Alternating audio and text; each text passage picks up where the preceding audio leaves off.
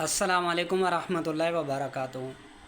آج کا جو ہمارا سوال ہے وہ بواسیر والے لوگوں کے لیے ہے کہ بواسیر والے لوگ جب وضو بنائیں تو ان کے اگر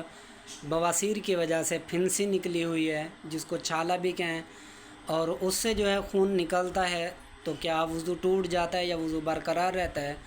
اور اسی طرح کپڑے بھی پاک ہیں یا ناپاک ہیں ان کو دھویا جائے یا نہیں۔ تو آج کا ہمارا سوال یہی ہے۔ تو اس کا جواب یہ ہے کہ اگر وہ چھالے کی طرح بنا ہوا ہے کہ صرف خون بہتا نہیں ہے یعنی تجاوز نہیں کرتا اور اسی ہی جگہ پہ ٹھہرا رہتا ہے اور کپڑوں کو لگتا ہے، چپکتا ہے اور یہ فیل ہوتا ہے کہ یہ خون ہے،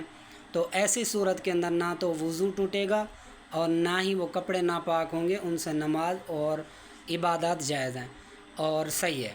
لیکن اگر وہ خون جاری ہو جاتا ہے یعنی نکلنا بہنا شروع ہو جاتا ہے جیسے کہتے ہیں، اور اگر وہ پانی کی طرح بہے خون تو تب وضو بھی ٹوٹ جائے گا اور کپڑوں کو بھی دوبارہ دھونا پڑے گا۔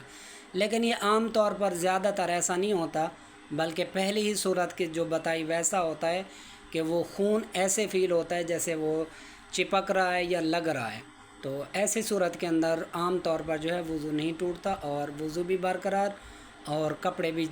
پاک ہیں، کپڑے بھی دھونے کی ضرورت نہیں ہے۔ جزاک اللہ، اللہ آپ کو جزائے خیر دے۔